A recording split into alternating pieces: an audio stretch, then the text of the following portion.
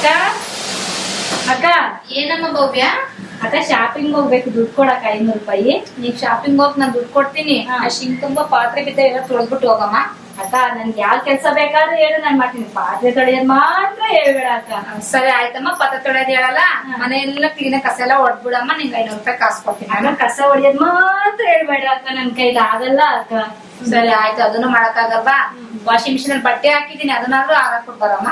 ಅಕ್ಕ washing machine ಬಟ್ಟೆ ತೊಡಗಿನ terrace ಮೇಲೆ ಹಾಕಕ್ಕೆ ಬಿಸಿಲಿನ ಕರು ತಾಗಿ ಆಗ್ಬಿಡ್ತೀನಿ ಅಕ್ಕ ನಾನು. ಸರಿ, ಎಲ್ಲಾ ಕೆಲ್ಸನೂ ಮಾಡಕ್ ಆಗಲ್ವಾ ನಿನ್ ಕೈಲಿ?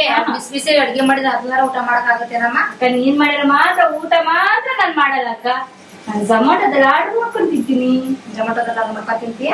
ಆರ್ಡರ್ನ ಮನೆ ಕೆಲಸ ಮಾಡೋದೇ ಮಾಡಲ್ಲ, ಬಟ್ಟೆ ಹಾಕಂದ್ರೆ ಹಾಕಕ್ ಬರಲ್ಲ, ತೊಳೆಯಂದ್ರೆ ತೊಳೆಯಕ್ ಬಟ್ಟೆ ಶಾಪಿಂಗ್ ದುಡ್ಡು ಕೊಡ್ತೀನಿ.